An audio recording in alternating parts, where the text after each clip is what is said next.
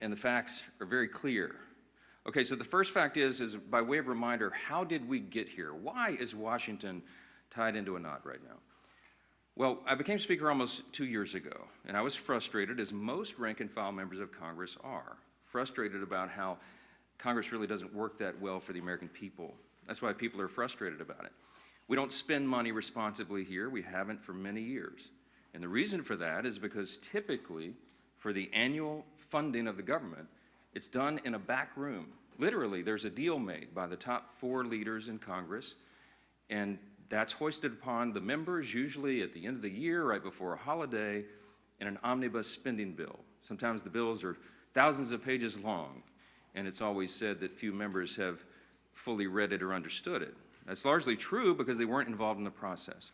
So when I became Speaker, I've been doggedly determined to make this House and the Senate work again, to do right by the American people, to get the process, to rebuild the muscle memory, to get back to the way it is supposed to work. And what does that mean? It means that Congress is supposed to carefully deliberate over 12 separate appropriations bills every year. Why? Because we divide the spending of the taxpayers' funds into 12 categories so that everybody can go through that. And all the elected members, the duly elected representatives of the people, can come here and have a debate and a discussion. We do that through the Appropriations Committee, they're the specialists on it, the members of the House and Senate who work on it around the clock, 365, every day of the year. And then they put together a product. It goes to the full body in the House and then the full body in the Senate, and they work on that together, and they come up with the most efficient and effective way that they can build consensus around to spend the taxpayers' funds. Well, we started that process back this year, and I'm so proud to tell you that we're rebuilding the muscle memory. It's like pushing a boulder uphill, but we've got it done. And we worked 12 separate appropriations bills through the House Appropriations Committee. I mean, they worked hard in a bipartisan fashion, Republicans and Democrats. They worked on it steadily. We got 3 of those bills on the floor. We debated them on the floor. We passed them on the House floor. And we sent that over to the Senate. Meanwhile, the Senate passed 3 of their own bills off the floor. That hasn't happened around here in many years. And all of that process that I just described takes a lot of time and a lot of work and energy and effort. And our appropriators, while they were working in good faith, they ran out of time. Why? Because the end of the fiscal year is September 30th, not December 31. And so the clock was just running out. So what we did, because Republicans are in charge of both houses right now, is the responsible thing.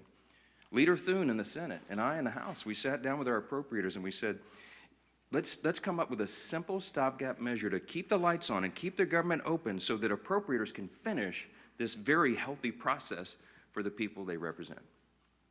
And so we put together a very simple, clean, continuing resolution. Why do we say it's clean? Because there's nothing to it. It's 24 pages. It's the bare minimum. It just says, keep the status quo, which, by the way, for all my Democrat friends, is the Biden-era policies and spending that we haven't been able to fix yet.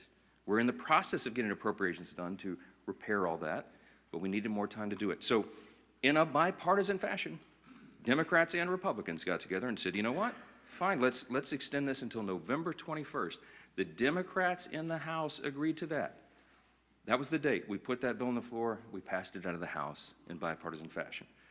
And we sent it over to the Senate. Well, now we expected, I thought, that Chuck Schumer would do what he's always done. The man has served in Congress 3/4 of my life, I think. And he has given impassioned speeches over the year, most recently in March of this year, that you have to fund continuing resolutions. You can't shut the government down because it's irresponsible and painful for the American people. He was right in March.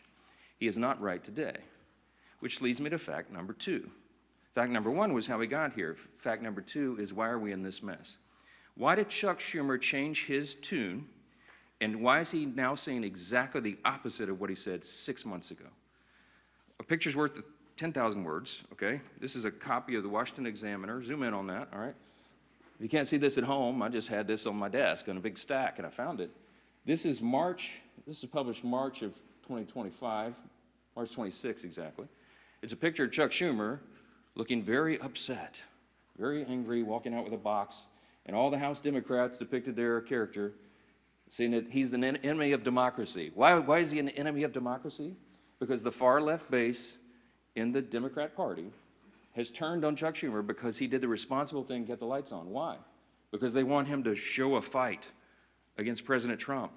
So Schumer doesn't want to be in this situation again. So he said, my gosh, he got his staff together and he got the far left wing of the party. He said, what do you want? What do you want me to fight on? So they created a red herring. A red herring is a distraction. They decided that they would pick a fight on health care. Well, let me look right into the camera and tell you very clearly, Republicans are the ones concerned about health care. Republicans are the party working around the clock every day to fix health care. This is not talking points for us. We've done it. A big part of the One Big Beautiful Bill, the Working Families Tax Cut, was to fix health care. Health care is broken in America. It's too expensive. The quality of care needs to rise. We need more access for more people, and we have lots of ideas to do that. But that issue is for debate in the next 3 months. It always was. We have members working on that. The tax credit, the subsidy you've heard about that expires December 31st, there's a lot of thoughtful debate and discussion that has already been going on about that and will go on about that. But that's a December 31 issue. So Chuck Schumer is scrambling. He has to have an issue. None of their policies are very popular, so they decided to lob onto health care. And he decided to claim to all of you that that is the issue with government funding. It is not.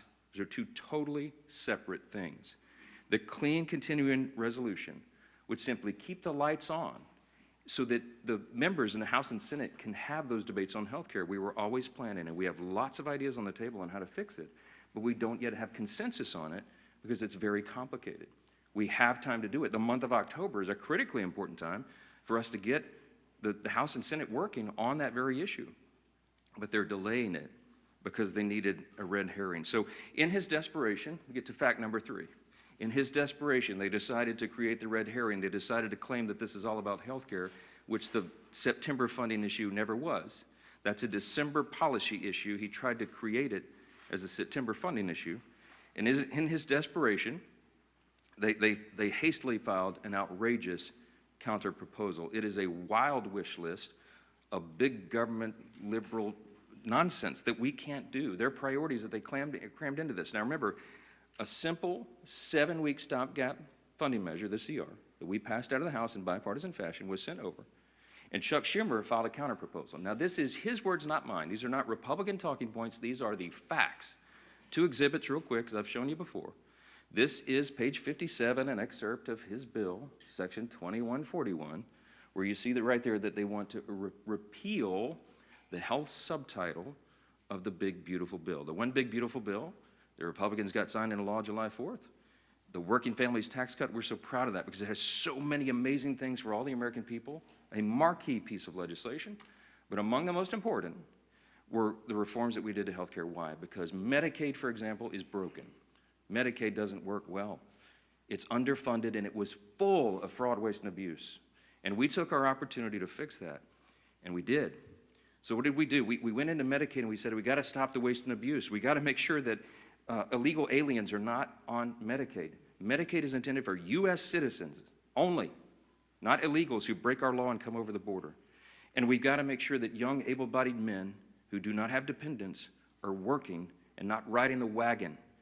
Work is good for individuals. It's good for the communities they live in. It's good for their own well-being and for the people around them. And so we said, don't sit on your couch and play video games. By the way, also not a talking point.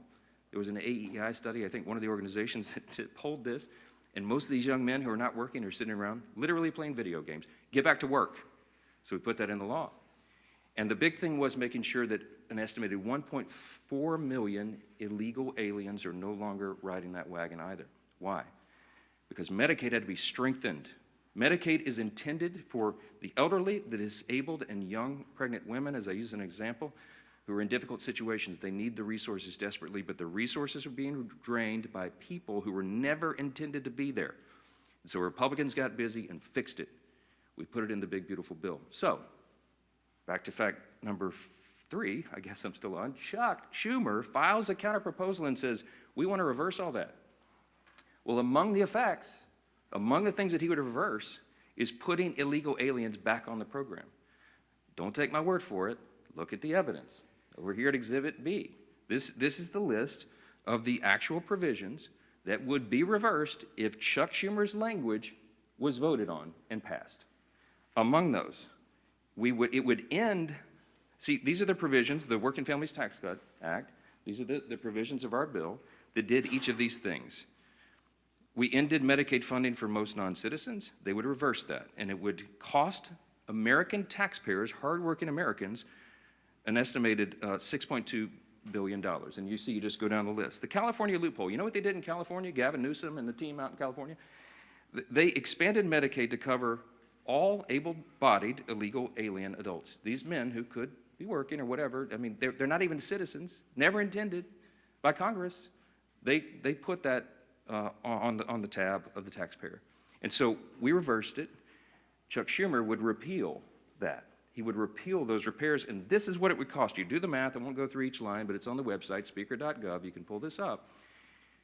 It amounts to $192 billion, $192.8 billion. So almost $200 billion that Chuck Schumer wants to put back in. Also, by the way, while he's repealing our health subtitle, he would also repeal the $50 billion that Republicans put into the bill to support our rural hospitals around the country.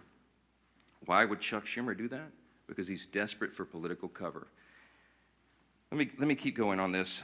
By the way, these are enhanced COVID-era spending under Joe Biden for all this health care stuff.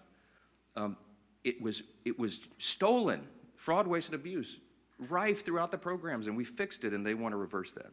By the way, this has always been what the Democrats wanted to do. You all remember, I know, the 2020 presidential election. We've all seen the video over the last week or so, where they asked every single candidate for the Democrat nomination on the stage running for president, is it your intention to give health care to illegal aliens who come into the country? Every single one of them raised their hands, including Joe Biden and Kamala Harris, and that explains a lot of this. All right, that's the facts. And I went on all the shows. I've been on all the programs, as many as I can, to just lay this out. And on some of these programs have been followed by Chuck Schumer or Hakeem Jeffries back and forth. Not one time have they been able to refute what they themselves put in writing. I hope that you will ask them about this. I hope that you will ask them, if it is indeed not your intention, why did you say that? Why did you do that? This is a key part of what they put into their counterproposal, which, by the way, amounts to $1.5 trillion in new spending that they want to strap onto a 7-week, simple, 24-page stopgap measure to keep the lights on so we can do our work. Fact number 5, don't ask me, because here's the answer.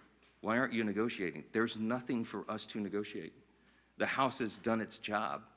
The House Republicans right now are working hard in their districts all around the country. They're meeting their constituents' needs. They're going and explaining and providing the answers, and they're trying to help them navigate through this madness. Some of our Republican colleagues, we had a big conference call on Saturday.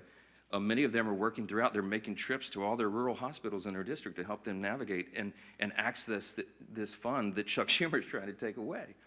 Republicans are on the job. We want to improve health care. We have ideas and plans to do that, to fix the COVID-level madness and adjust Obamacare so that it works for more people, so you have higher access to care and the costs are reduced. And so they're doing that right now, but there's nothing for us to negotiate or to debate right now, because the House already did that. The House did its job. We passed our bill. We did the job to keep the government open, and now it's on the Senate Democrats. And that's the final fact, and I'll take your questions. Fact number 6, hold on, wait. It's just a tease. The ball, I have to finish my case. Here's my closing argument, okay? The ball is in the court of the Senate Democrats. There's only a handful of people in the country who can solve this problem. There's 47 Democrats. Well, 46 and one who caucuses as independent, I think. I lose track. But there's about 47 of them that caucus together as Democrats, okay? Here's the problem, remembering from civics. We don't have enough Republican votes to fix this, because it takes 60 votes in the Senate to break this impasse, to open the government. There's only 53 Republicans in the Senate. We need some Democrats to be thoughtful and responsible and do the right thing. Because why? Because real people are being hurt in all these political games. As Chuck Schumer is trying to cover himself and not have another series of articles like this, okay? That's why this is happening. There's a trend in New York that Chuck Schumer represents of electing Marxists. They're about to elect an actual Marxist as the mayor of New York City, the once cradle of capitalism, the largest city in America. It's stunning. And I think it's stunning to Chuck Schumer, too, because while he's a far-left politician, he's not nearly as far-left as these guys, as they want him to be. And so he's trying to find political cover, and in doing that, he's hurting real American people. Who's being hurt? Women, infants, and children on their nutritional programs that are now stalled. Veterans' health services that they desperately need and demand. Go down the list. We've got our troops, Border Patrol agents, TSA agents serving, trying to protect America without pay right now. Half the federal civilian workforce is effectively laid off right now, furloughed. They can't go to work. They don't have the money.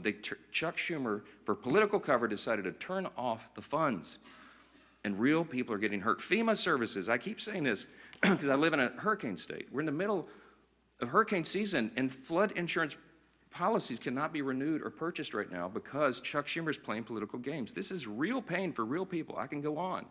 There are articles written in the last 2 days. Some of your outlets wrote about low-income Medicaid or Medicare recipients, for example, who have been able to receive health care at home because we expanded that through telehealth and all that. All that is shut down. You have people with autoimmune deficiencies who are also disabled. They cannot go visit the doctor's office. So thankfully, mercifully, they've been able to be treated at home. But all that just stopped. So people are canceling their health appointments with their physicians that is vitally important for them to stay alive because Democrats over here are playing games. We have one plea and one plea alone.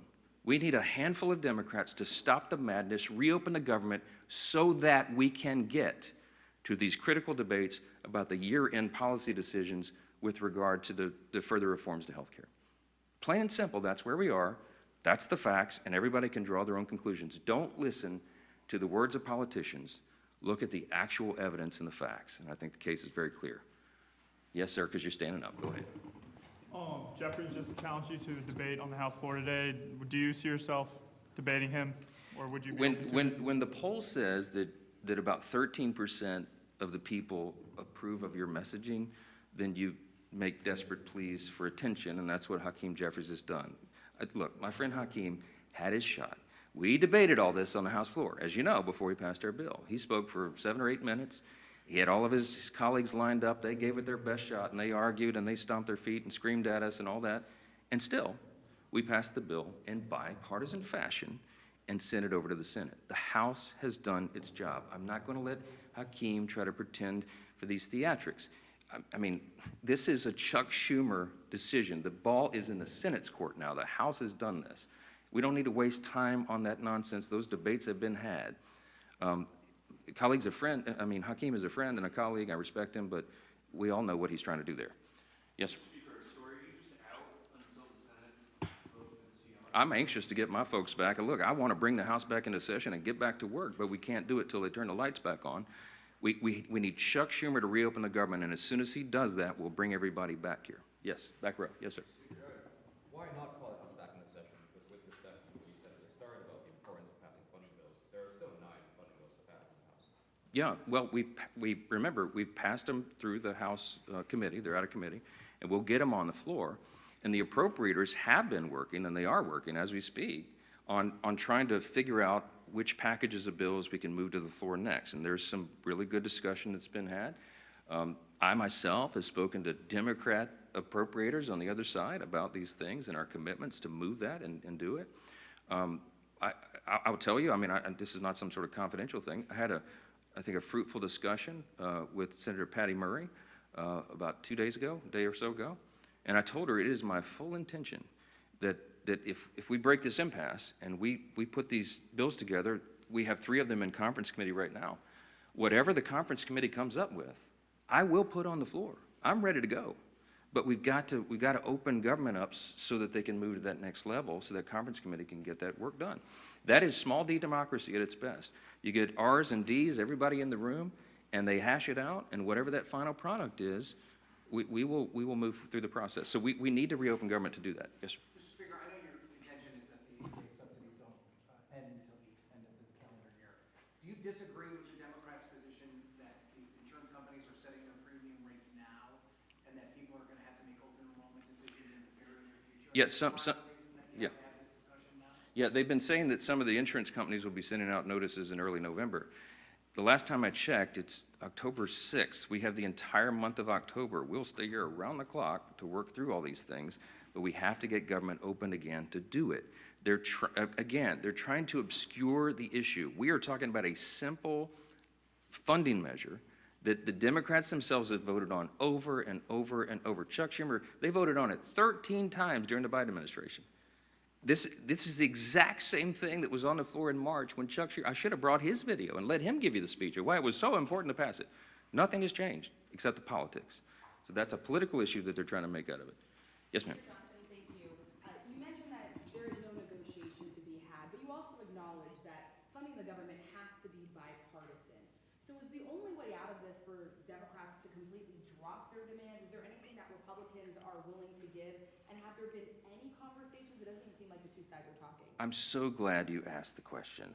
Why aren't you dropping all of your demands so that it makes it more palatable for Democrats to join you? I didn't put any on the CR. Leader Thune and I have tried to explain this a few times. There's nothing for us to negotiate. I cannot go to the CR and go, you know what, Democrats, you're right. Let me take out these 3 Republican priorities.